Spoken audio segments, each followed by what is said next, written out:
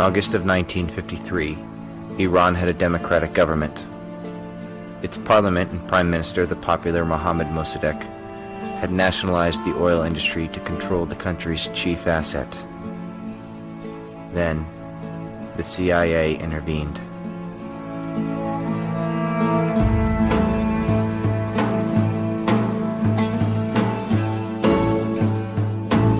He wants to do it overseas and so forth.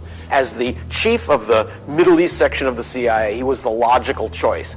So he's the perfect person for this kind of operation. At the beginning of August 1953, Kermit Roosevelt arrived in Tehran and began this covert operation. It's really a fascinating operation to study because it answers this odd question: how do you overthrow a government?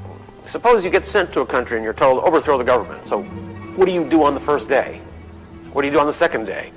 Kermit Roosevelt, who really was something like a true-life James Bond, carried out a very effective policy. Roosevelt bribed tribal leaders and newspaper editors who now claimed that Mossadegh was a dictator and had to go.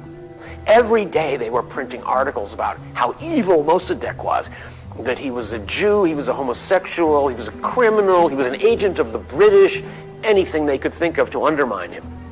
Leaving nothing to chance, Roosevelt bribed military officers, religious leaders, and members of parliament. One of the most interesting things that Kermit Roosevelt did, besides bribing members of parliament and military officers and everyone else, was his decision to throw Tehran into chaos. He had this idea that if there were riots and outbreaks of violence every day around Tehran, people would begin to think that Prime Minister Mossadegh had completely lost control of the country. So, as the coup day drew closer, he bribed the chief leader of the protection rackets in Tehran, a guy named Shaban the Brainless, to turn out his mob.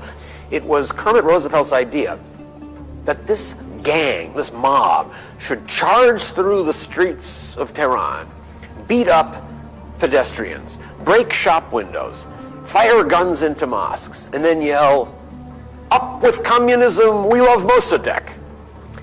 And that wasn't even enough. Kermit Roosevelt had an even better idea. He hired another mob to attack that mob. That created a huge outbreak of street violence.